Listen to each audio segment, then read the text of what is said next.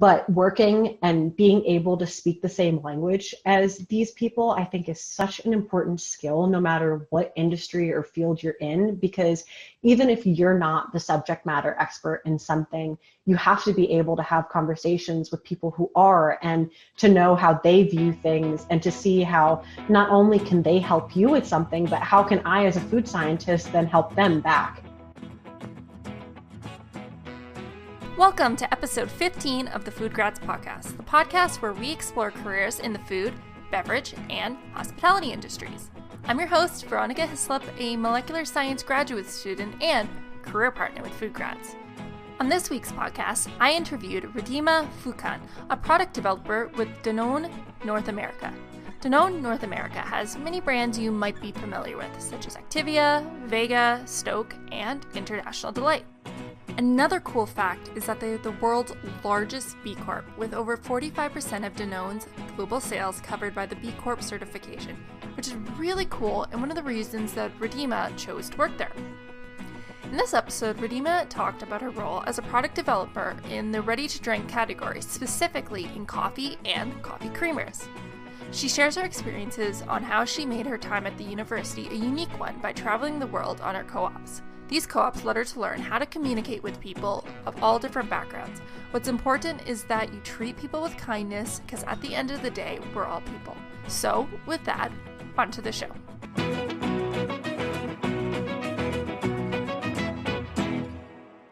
Thanks for coming on the show. I'm excited. It's always a nice way to end my day with a nice conversation and learn more about the industry. I agree. I'm excited to be here. Can you tell me a little bit more about the company you work for and the different products that they have? Sure. So Danone North America is the North American sector of Danone, which is a French company, and they are known mostly in the US for being Danone. And so in 2017, Danone bought White Wave Foods, which is they did products like Silk, So Delicious Dairy Free, Stoke Cold Brew, International Delight Iced Coffee. And when Danone bought White Wave, for a brief amount of time, they were called Danone Wave. And then they ended up changing their name once again to just reflect the parent company, which is Danone. And so now we are known as Danone North America. And I think some of the most recognizable products for those of us who grew up in the States, and I'm going to guess in Canada as well, are Danimals. I definitely ate a lot of Danimals yogurt growing up, and Activia yogurt is one of their more well-known brands. I would say on the coffee side, International Delight, the coffee creamer, is one of our most recognized brands, and then Stoke Cold Brew. And I personally work on both Stoke and IDIC, which is International Delight Iced Coffee. I'm looking at the product line, because I'm in Canada, so things like Activia, Vega, Dinactive, those are all products I eat on the regular. And honestly, I didn't even realize that they were a part of that company. Yeah, I think one of my favorite things is when people, if I tell them oh, I work for the company that used to be called Dan, and they're like, well, I don't eat yogurt or something. I said, okay, are you vegan? Are you vegetarian? And so then when I bring up Silk or So Delicious Dairy Free, that ends up setting off a lot of light bulbs for people, because they might not think of, Danactive or Activia as recognizable. But if you are a flexitarian, a vegetarian, a vegan, then you're probably very familiar with those other two brands. So I feel like it's cool because they scope so many different products. And I mean, in the food world in general, it's I feel like you have only a couple degrees of separation to any major brand, but I do definitely agree that Danone is one of the more recognizable ones, especially because Danimals has such a special place in my heart.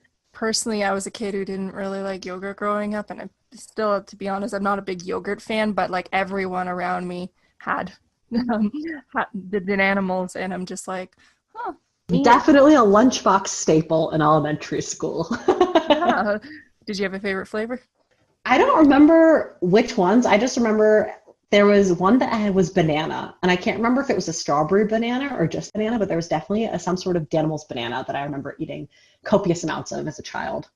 And I would say, as far as International Delight goes, the coffee creamer, when I had interviewed for the job, I admitted to my interviewer and my hiring manager that as a kid, my parents drink a lot of tea. They don't drink much coffee, but I somehow managed to convince my dad to buy International Delight French Vanilla, which is their most popular flavor. And I shamelessly put it into a bowl, poured it all out, stuck it in the freezer, and then ate it like ice cream. And looking back on that, it's kind of cringy, but as a 10-year-old, I had no shame and it was definitely worth it. It's so funny how that experience that just so locked in your brain has led you to being at this company. So we should start talking about you and what do you do there and what's your role? Sure. So I am an associate product developer for RTD, which is our ready to drink category. And within that category, the two coffee brands that I work on are Stoke Cold Brew and International Delight Iced Coffee. At this point, most of my projects have been for International Delight Iced Coffee, but I just got my first Stoke project, which I'm really excited about. I transitioned to the RTD team, I think in June of this year. And so prior to that, I was working on the traditional creamers category. And so that was Bailey's creamer, Dunkin' creamer, and International Delight creamer. And I forgot to say this, but I started working here in October of last year, so October 2019. So I've been here for a little bit over a year now. So when you say that you're working on these products, what are your duties that you be actively doing? The duties that I actively have are any line extensions that we have. I am working with my manager to find different flavors and make different products. I feel like I'm trying to figure out what I can say without giving too much away. No, of course, I don't want, no. I'd say so. My projects kind of encompass a lot of cost savings work, so optimization of our products or our ingredients, and then the fun stuff, which is flavor work, so working with our flavor suppliers for new flavors that are emerging. One of the ones that I can talk about because it's been released, which was when I was still working on traditional creamers, was a limited time Cocoa Pebbles and Fruity Pebbles creamer. So that was when I was still working on creamers and not yet on RTD. But those are two that I'm especially excited about. The Fruity Pebbles creamer is one of those things that when I was tasked with this project, I was like, who in the world wants their coffee to taste like Fruity Pebbles? That is the weirdest thing. And then after formulating with our flavor suppliers, I am a believer. And so that is like one of my favorite products. Just say, don't knock it till you try it because it's amazing. And it's not on shelf yet. I think it'll be released early in the spring of 2021, but it is so good. And I just want everybody that's listening to know that even though it sounds strange, I promise you it is delicious. We're going to have to try it. I mean, I'm on your board. I'm like, okay, that's not exactly the two combinations. I can maybe see one hint of note of like a fruity to go with a creamer, but to go like a Fruity Pebbles all-encompassing flavor, that's kind of crazy. It is kind of crazy, and it definitely it tastes like the real thing. I feel like I was completely transported back to being in middle school, having a bowl of cereal, but in my coffee. So I am excited for you to try it when it comes out because it's weird, but it's delightful. Hopefully it'll get released in Canada because I know that those types of limited flavors they generally don't come to Canada. So hopefully that might be the case, or I'll have to go to some special means to get it. Well, I will help you with that if it isn't, because you're right, it might not be in Canada, but I know that Canada does have their own special flavors, but I'm not sure if the information has been released yet, so I don't want to say it, but when it comes out, I will let you know, because the limited time offer that one of my coworkers is working on for Canada is equally delicious. Okay. And not available in the US. Okay, then that's the one I'm going to have to keep my eye on. So. Should I be worried that you're going to be sticking it in your freezer and eating it straight up? You know, I might. Hey, it sounds like if it's based off a cereal, it's not a far stretch, but right. Make it Fruity Pebbles creamer ice cream. Now that you've been working on the ready to drink coffees, now that is one brand that I have seen the stock is actually pretty predominant in the supermarket, and again, that's another thing as being in Canada. I find that we have a more limited range of products, especially the packaging stands out very much on this, and it's very prominent in the supermarket.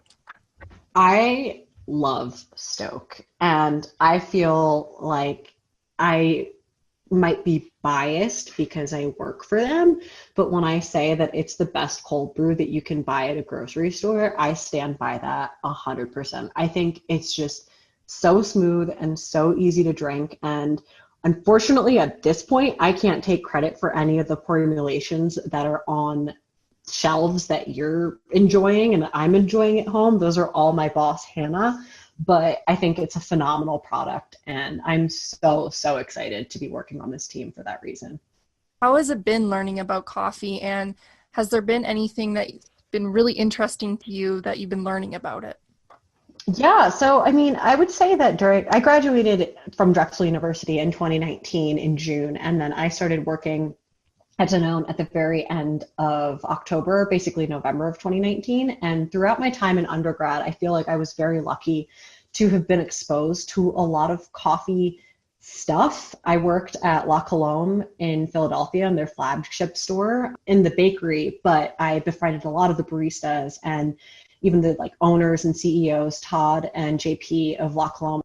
I would see them on a daily basis essentially, and would love just nerding out with them about coffee things. And in high school, I worked at Starbucks. And then in undergrad, I also did an exchange semester in Costa Rica and got to tour, I think 3 or 4 different coffee farms, including Starbucks' coffee farm and a couple of other really well-known ones. And so I would say that I didn't know so much about the technical aspects of formulating coffee in something that is then processed in a plant and then, put into a bottle and you can buy it at Target.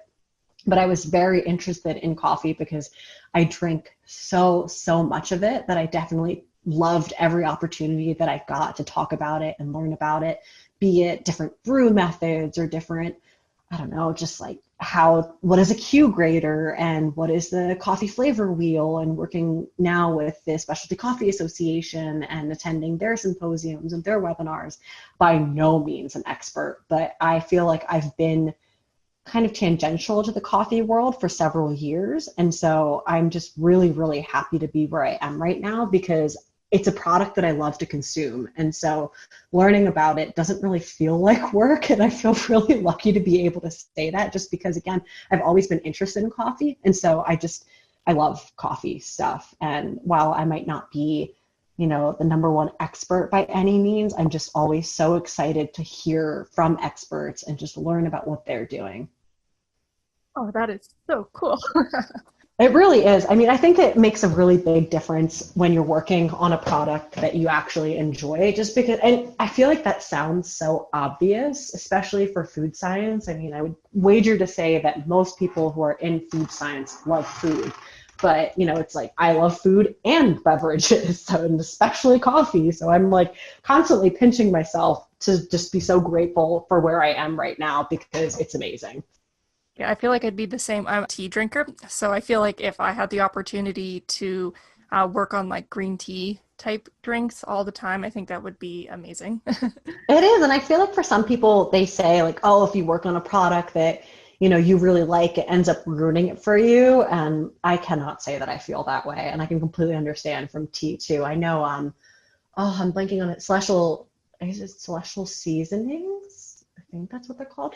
They are also in Colorado, and one of my coworkers used to work for them, and that's what she was talking about. She's like, I love tea, but I also love coffee, so I've got to see the best of both worlds. And it's so cool because I know that you're into traveling, and it sounds like you were able to take those special experiences that you were traveling and trying the different coffees and you were able to translate that into your work, and I think that's pretty cool. It is. I would say that a big chunk of the way that I did my undergraduate studies was based around how many countries can I live in and study in while also fulfilling all of the requirements for this degree. Okay. So I was able to do a study abroad in Paris, a study abroad in Costa Rica, and then I also did an internship in Germany, which was amazing. And I feel like I was really, really lucky to have an advisor who saw that those were my passions, and my faculty, but especially my advisor, because I feel like I would always go to her and say like, hey, Kelly, I kind of want to spend my fall semester senior year in Costa Rica. Like, can we do that? And she's like, yeah, I think you can. Show me what your plan is and I'll make sure that it works, kind of a thing. So I've been very, very fortunate to have people that recognize that this is such a big passion of mine, and to, it's not like they laid the path out for me, but they definitely supported me while I was trying to find those paths and those opportunities. I'm going to dive deeper into that because I think that's really interesting, because when you think of someone having an internship, you think of it just for like the summer, but it sounds like you were able to sprinkle that out throughout your university days. And I wanted to know more. When you say your advisor, first of all, did you just mean like your academic advisor for the program? Yes, so just my academic advisor for the program, but I was also very, very close with one of the faculty members who used to be the director of the program, and now I think he is just working as, he's a professor, so I guess that is his title. He's one of the professors, but he used to be the director, and he's a professor in the Department of Food and Hospitality Management at Drexel. And so he is another one of the mentors that I had who really saw how much these experiences meant to me and was very supportive. And in terms of you saying like internships, the program that I attended, we had a co-op system. And so my undergraduate degree took 5 years. And that's because my second, third, and fourth year, I was required to do 3 6-month internships. And so the first internship that I had done was at Campbell's Soup Company, or actually we called them co-ops. So the first co-op that I did was at Campbell's Soup Company.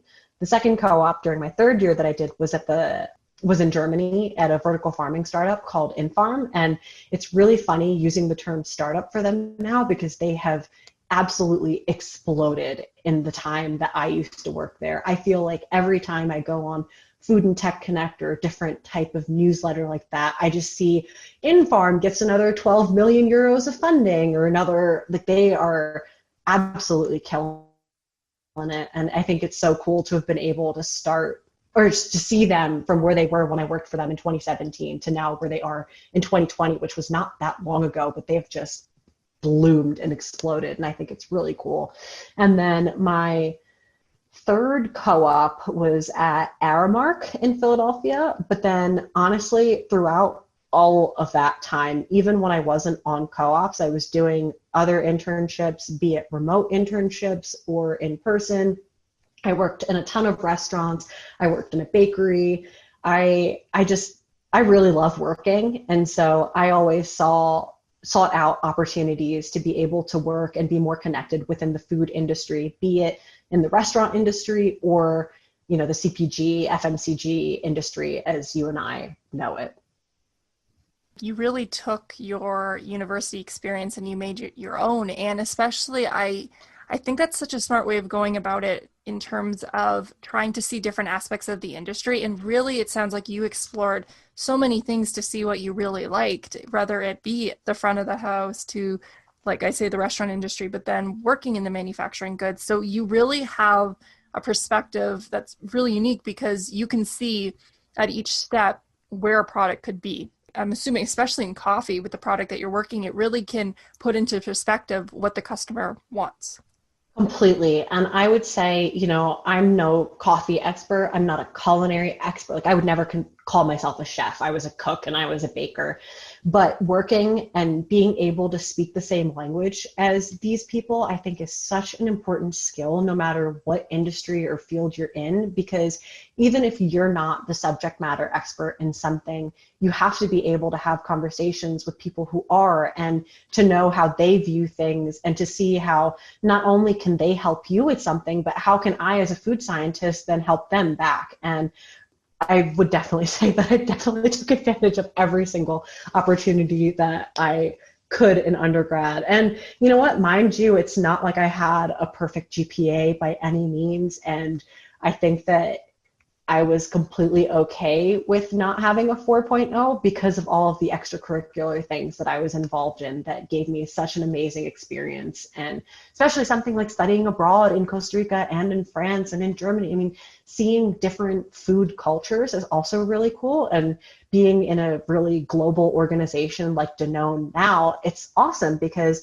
some of my coworkers are from different countries and I feel like I can relate to them about foods that they used to eat or coffee drinks that they had in their home countries versus how different it is in the States and whatnot.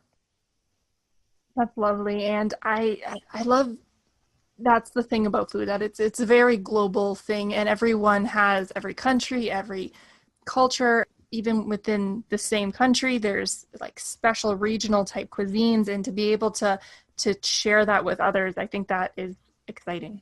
I agree with you completely. And it's cool because my degree was actually not food science, it's culinary science. And so a lot of the classes that I had to take were very food science oriented, be it food analysis or food chemistry or food engineering. But then that was also coupled with classes like culture and gastronomy and American regional cuisine and patisserie 1 and 2. And I really loved my time at Drexel because I wanted to be able to cook a lot, but then I also wanted to have a solid foundation in the scientific aspects and applications. And I feel like I really got that during my time at Drexel.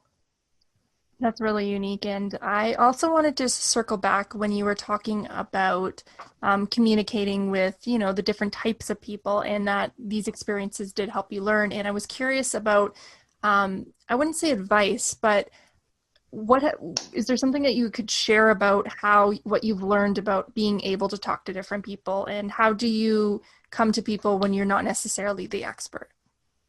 I think the best way of going about situations like that is, and I think this sounds so corny and cliche, but I really stand by it, is just recognizing that whoever this person is, even if they are someone like a Harold McGee, who is so well known for his book on food and cooking, at the end of the day, these people are people, and they are normal people with normal lives and normal problems. And I think it's really easy to get intimidated by the fact that they might be experts or world-renowned chefs and things like that. But I think that if you approach them as people first and foremost and just try to have a conversation with them, and even if it's not about food, even if you're asking them like, what's your favorite part of living in Copenhagen after having been in restaurants in Brooklyn for your whole life, kind of a thing. I think it's really important to recognize that every conversation that you have doesn't need to be a transaction, and there doesn't need to be some sort of end goal or something that you get out of it. I think it's more than enough to just meet with someone and learn from them and be really present when you're talking to them, because I think it's really obvious if it's like if you're just asking someone for something because you want them to help you. And there are instances like that for sure where you need help, but I just feel like you have to remember that this is still a person, and they're not a dollar sign, they're not a product, they are a person, and whatever help that they could offer you, they will only want to offer you if you're kind and genuine and honest with how you speak to them. Funny that you say that, because the person that you were talking about, Harold McGee, and exactly what you were saying about thinking about people as people. I was thinking about this exact thing when I was in the lab today. And I was thinking about, because I'm doing this podcast and that, and do I want to get caught up in job titles and all that? Like, some of these people could be so, and I know that I'm talking about myself here, but I was like, you know what, at the end of the day, they're just people. They have lives, they go home, they probably cook a meal with their family, and they go to their job, and then they come home. And it doesn't have to be, if you start focusing on the stories of the people and just who they are, you don't need to get caught up in all this other stuff. I mean, like you said, of course, if you're working with a company to maybe get a flavor and you just met this person, well, of course, that might be a transactional relation. But, if you're catching up meeting someone in the food industry, you could just talk about their families, and who knows what that could lead to. It doesn't have to be this end point or anything. I agree with that so much. And I think especially right now with the scenario, with the reality of COVID and so much of the stuff that we do that's now remote, I feel like there used to be a time where, I don't know, talking to a supplier on the phone where you're asking them like kind of small talk before, as you're waiting for other people to get into the meeting or something. I feel like that type of small talk now is more important than ever, because we're all dealing with such a crazy world. And hearing one of my suppliers tell me like, oh, I think I'm going to move from California to Texas because I kind of want to be somewhere closer to my family or whatever, stuff like that. It's really nice because, like you just said, it's been so nice. Like I said, I broke my leg in February, just having suppliers ask me like, oh, by the way, like, how is your leg? Like, how is everything going? Something like that. It just shows so much when you can see that people are really listening to what you're saying, and be it one of the suppliers that I work with asking me about something, or me remembering something that they said. It makes a huge difference. And I think with the scenario, or with the reality of COVID, it's more important than ever. It was always important, but now it's just even more important to remember that everybody is human and we're all dealing with a crazy, crazy environment and crazy time. And it's okay if half of your meeting, ended up talking about your pets. It's fine. I miss those conversations. Yeah, I agree. And that's something that I think might actually be one of the positives that are coming out of COVID, is I do feel that people are way more understanding about, of course, there's a level of professionalism that you need to bring to, a meeting and all that, but at the same time, there's more freedom to be a little more open with things without it being thought of as being inappropriate. And it just Definitely. Yeah. It's not uncommon right now for you to be in a meeting, or for me to be in a meeting with someone and hear a dog going berserk in the background, or a baby crying or something. It's just like such a big reminder that we're all kind of trying to figure this out at the same time. And I don't know anyone that feels like they have everything under control, and that's okay. The other day I closed the door and my cat decided that he was going to bust down the door. Of course. Like, there's banging, and I'm like, okay. Of course, right? Especially when it's like a super important meeting. That's when something decides to like fall off your bookshelf and make a huge noise or something. That's just always how it goes. Exactly. And I'll be really interested about when things do remotely, more people start going back into the office, or if, that's another discussion, but I do think that people will be back. How will those change our relationships, and how will we be more open with one another? Well, so for us specifically within my department at Danone, we have been back in the office, I personally, since mid-August, but I think that the office was open sometime in July or so. And we product developers and our managers are on a rotational schedule. So we have an A-B rotation. So this week, for example, is B week. And so I'm not allowed in the office because I'm an A team member.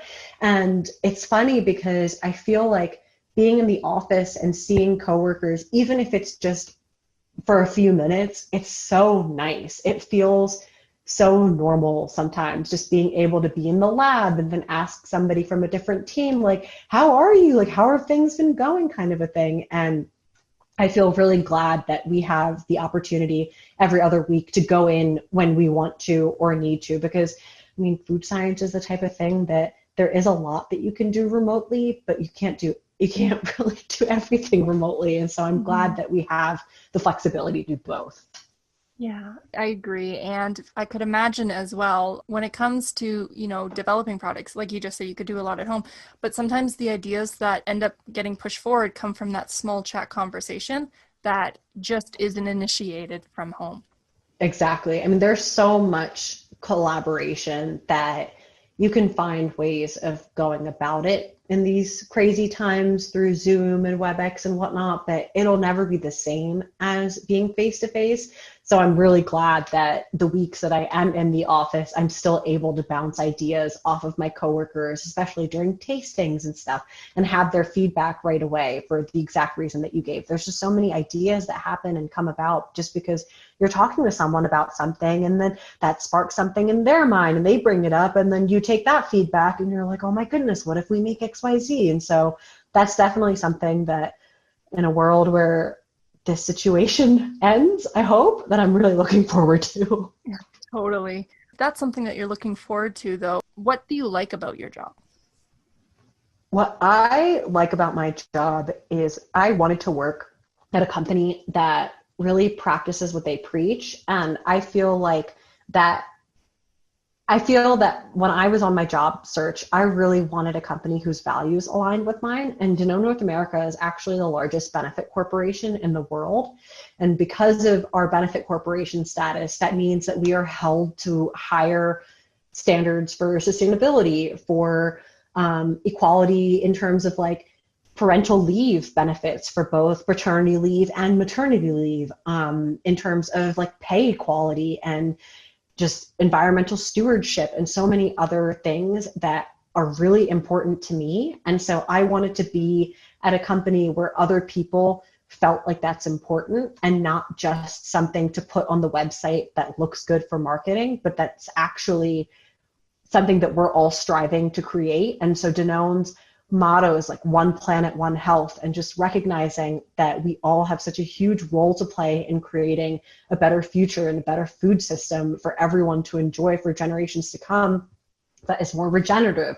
There's a ton of people within Danone who are working on soil health and regenerative, this word trips me up every time, regenerative agriculture and water use and decreasing water use and sustainable packaging. And that's kind of what I love about my job, honestly, is the people who work here have similar values. And I think it's a really special place to be because of that value and importance.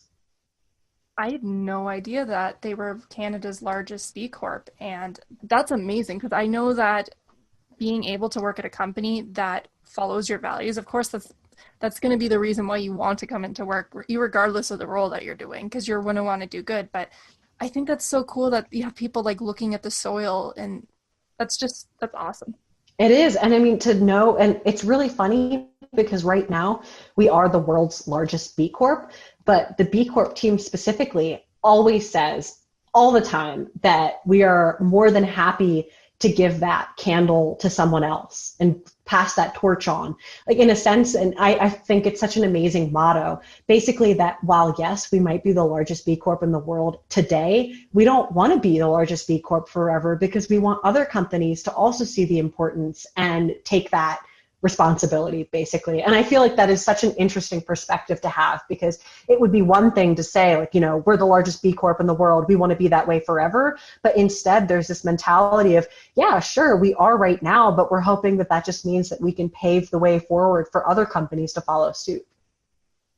That's an amazing sentiment, because again, you know, you think of it being this huge consumer product brand, and, you know, a lot of companies, they want to be the best at they want to be the best, they want to be the largest, most profit, like all those types of things. But coming from like, that's a true human quality that they just want it to be not just them. I bet if anything, they'd want everyone to be B Corp and then have that for everyone. Honestly, yeah, I bet if I asked my colleague Catherine, she would probably say that. She's the head of B Corp for us. And I agree. I thought that when I first heard her say that, that was really eye-opening for me and kind of just reconfirmed why I'm so grateful and happy to be here, because it really is the people. And again, I feel like it's just so cliche to say something like that, but I'm happy to be in a company, and I would almost wager to say like community, where I really mean it. Like, I'm happy to be here because the people are amazing. It's definitely going to change how I perceive like what I want to purchase in the grocery store. Like I said, I love Activia, but I had no idea. It's not, if I'm mistaken, like I don't even see that on the packaging. So like, that's something I'm happy that I'm going to be able to share on this podcast for other listeners to learn about this. I am with you on that. I wish that it could be like big letters everywhere on all of our products. And I think it is. It's just like, sometimes on the back of the package and whatnot. And people aren't always looking at that stuff. But yeah, I feel like it is something that we're very proud of, and I love spreading the word. Yeah, especially for when, you know, you have established products. You know, if a customer is already really into your product, and, you know, you go to the grocery store and you like a certain yogurt, you keep buying the same yogurt usually, and you don't start looking around the package. You really only look for the flavors if you're like a dedicated person. So like, again, this is new for me. So I'm so happy that we can share this. Yay, I'm glad. Mm-hmm. So I wanted to bring it back to you, because we did talk about your experiences being in your food science degree, but we never really talked about like your story and like, why did you decide to go into culinary science, and how did that lead you to your current role? So I honestly love telling this story. When I was a junior in high school studying for my SATs and all of that fun stuff, I had a sleepover with a friend of mine who was on the cross country team, and she was a year above me. So she was a senior, and she was doing all of her college applications and all that fun stuff that comes with senior year. And so we were having dinner at her house during a sleepover, and her mom asked me, so Ridhima, you know, what do you want to do when you go to college? Like, what do you think you want to go to school for? And I responded to her that, honestly, I don't know. I really like chemistry, but I don't want to live in a lab forever because that seems a little bit dull. but I also love cooking, but I don't really love the lifestyle that chefs have. And I really respect that line of work, but I just don't think it's for me. And she responded with, why don't you study food science? And I kid you not, I started laughing because I thought she was making fun of me. I'm like, yeah, right, food science. Okay, let's just take the two words that I said, food and science, and smush them together and pretend that that's a field. And she goes, I don't know why you're laughing. I'm a food scientist, and my husband, my friend's dad, is a flavor chemist. And I think my jaw dropped. And I was like, what? That's a field? That's something that people do? And she was telling me how the products that they work on, she's like, yeah, have you ever had Faya Greek yogurt? And I said, of course. She said, well, my husband makes the flavors. And she just mentioned this is one of the projects that they had both worked on. She said the strawberry flavor, he made the strawberry flavor and I made the fruit prep and my colleague made the yogurt itself.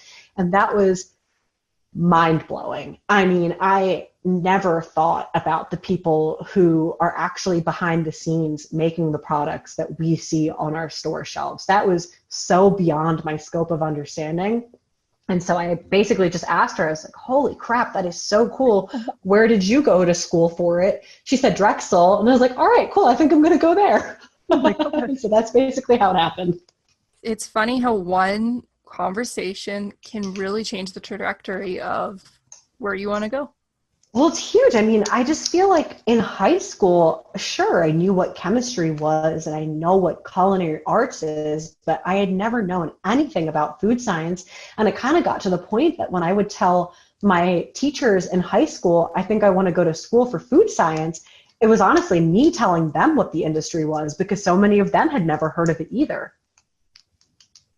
It's amazing how there's these well-established programs at these universities, but then at the high school level, it's like so many people just don't know. And I don't know why there's such this disconnect when there's so many well-established places that offer food science. I agree. And to be honest, it's not like Drexel is one of the most well-known. I would say within the U.S., like Penn State, University of Wisconsin, even Delaware, all have very, very huge programs. And I didn't apply to any of those only because, like you said, that one conversation can change the entire trajectory.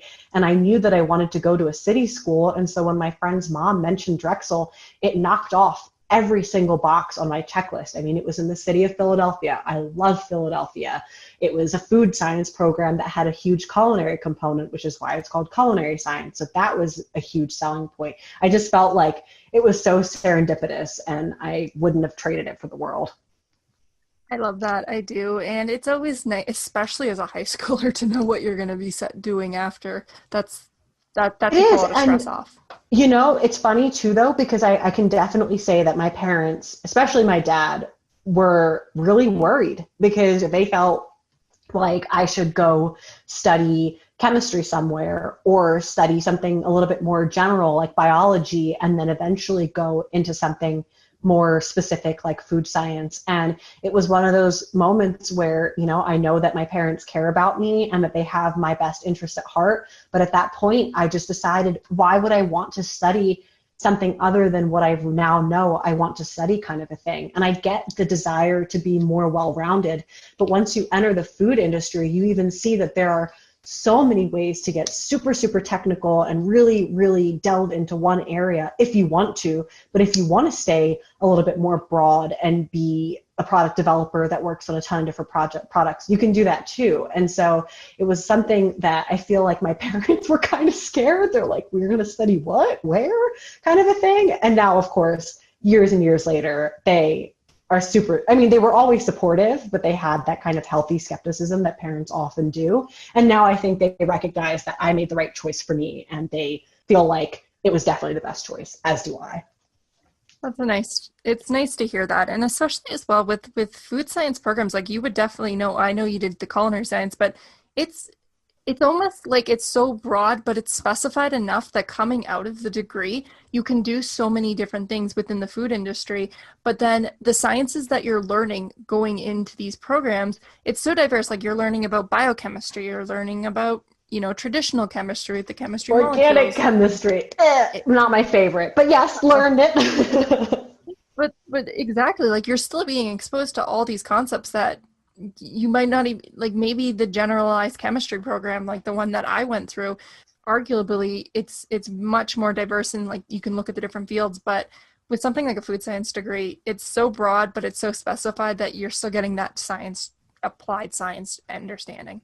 Definitely. And I mean, I feel like there is absolutely nothing wrong with the path that my dad had envisioned for me in terms of doing something like chemistry and then getting more specific in a master's or something. I just felt like I didn't want to do that. And that's the cool thing about the food industry also, is there are a lot of kind of twists and turns in a good way in terms of how people get to where they are. I mean, some of the coworkers that I have came from our pilot plant and are now product developers, or they were chefs in their quote unquote past lives and now they are managers, or they work in sensory, but they actually came from working on like deodorant and now they're working on food sensory applications. So it's such a cool field and industry because it's not like you have to stick to one thing. There are so many options out there. And I feel like one of the best ways of finding out those options, and I know this is one of the questions that you had submitted, was just in terms of what advice to give someone who doesn't really know what they want to do yet. One of the favorite things that I love doing and cannot recommend enough is just reaching out to people on LinkedIn. And I would say if you are going to request someone on LinkedIn, unless you know them personally, never ever just submit the ad as a connection kind of a thing. You always want to add a personal touch. And one of the things that I really love doing, and especially in undergrad, and even now sometimes, is just scheduling one-on-one informational interviews with people, especially people in different fields who I've really looked up to at different companies like Pepsi or wherever else, just sending them an email and saying like, hi, my name is Ridhima. And at this point I was still an undergrad, and I would say, I am a senior at Drexel in culinary science. I saw that you work at XYZ company as an XYZ person. Do you have any time in the next 2 weeks to potentially have a 30-minute informational interview? I would love to hear about what you do and how you got there. And I will say that I feel like every single time I reached out to someone with that type of a message, even if they didn't respond right away, they were always willing. And some people, might not have the time in their schedules for a phone call, but they would provide me with their email addresses and say, ask me whatever questions you have but via email. Or it's just like people love talking about themselves, and that's just a universal truth.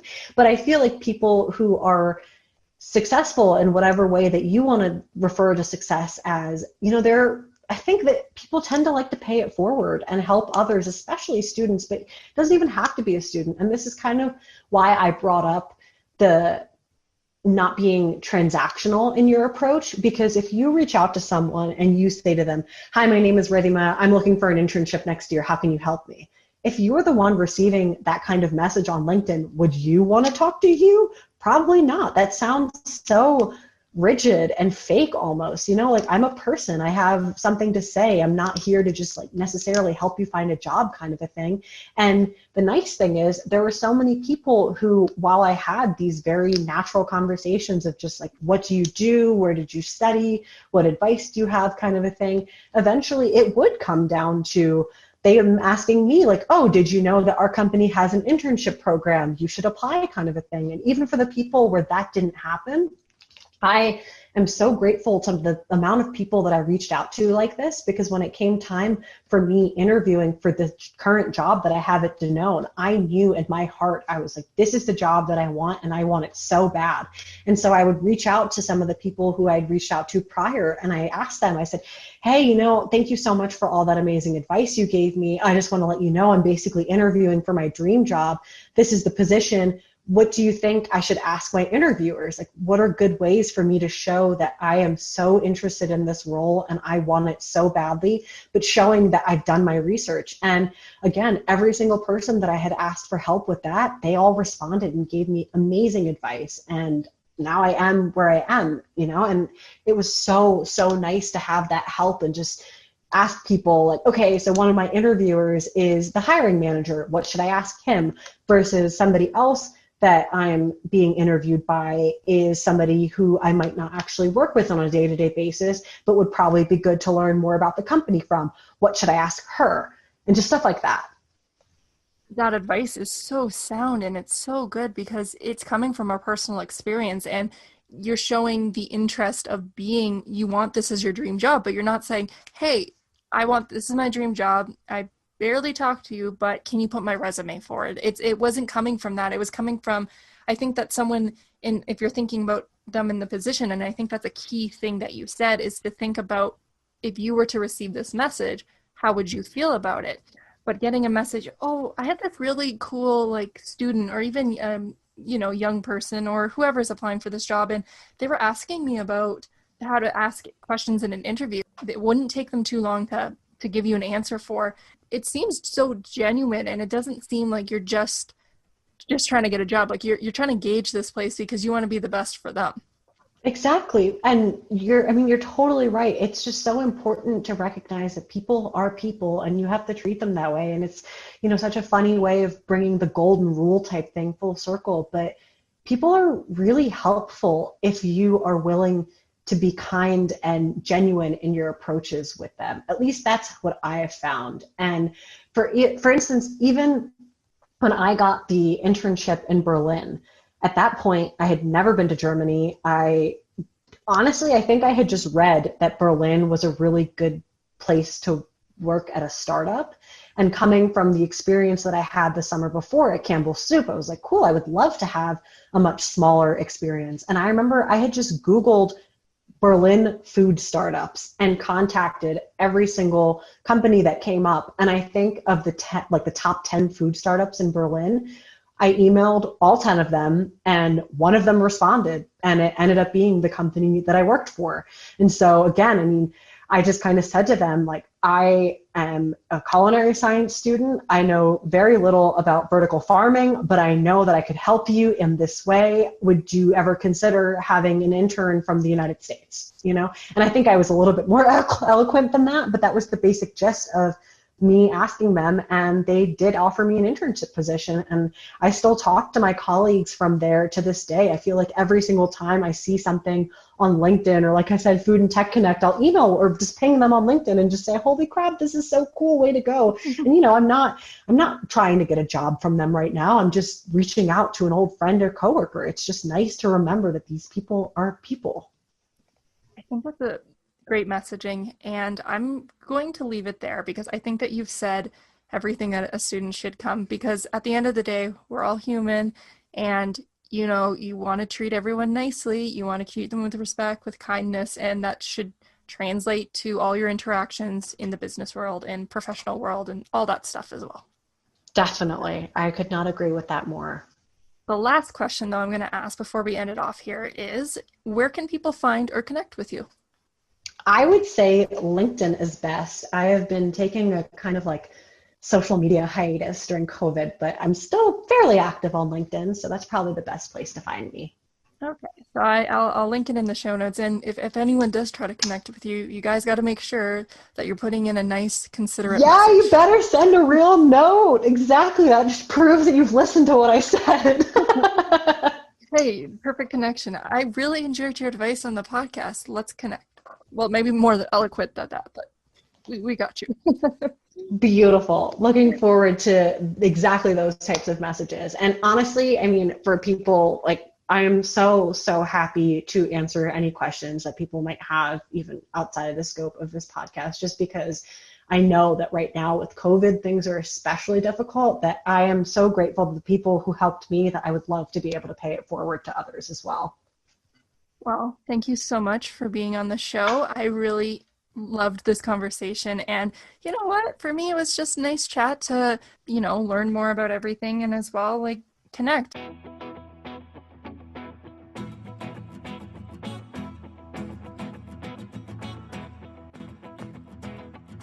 That was episode 15 of the FoodGrads Podcast. All the notes to this podcast can be found on the FoodGrads website by clicking on the podcast tab on the homepage.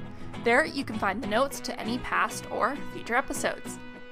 If you enjoyed this episode, then consider leaving a review on wherever you get your podcasts. There's so many of them out there, and we would really appreciate it because we want to get the word out to everyone. Go check out the blog, and you'll notice that I actually have a new blog post on the chemistry of water. I thought it'd be fun to start blogging again by sharing some of the science behind my master's thesis.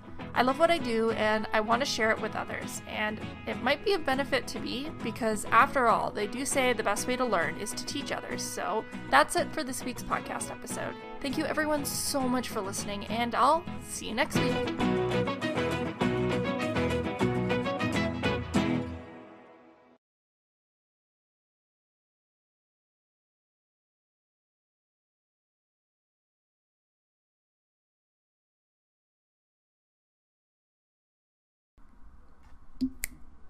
Testing. Okay, just quickly, let's get this done.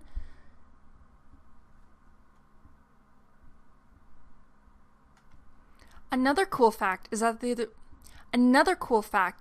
the world's largest B Corp, with over 45% of Danone's global sales covered by the B Corp certification, which is really cool and one of the reasons that Ridhima chose to work there.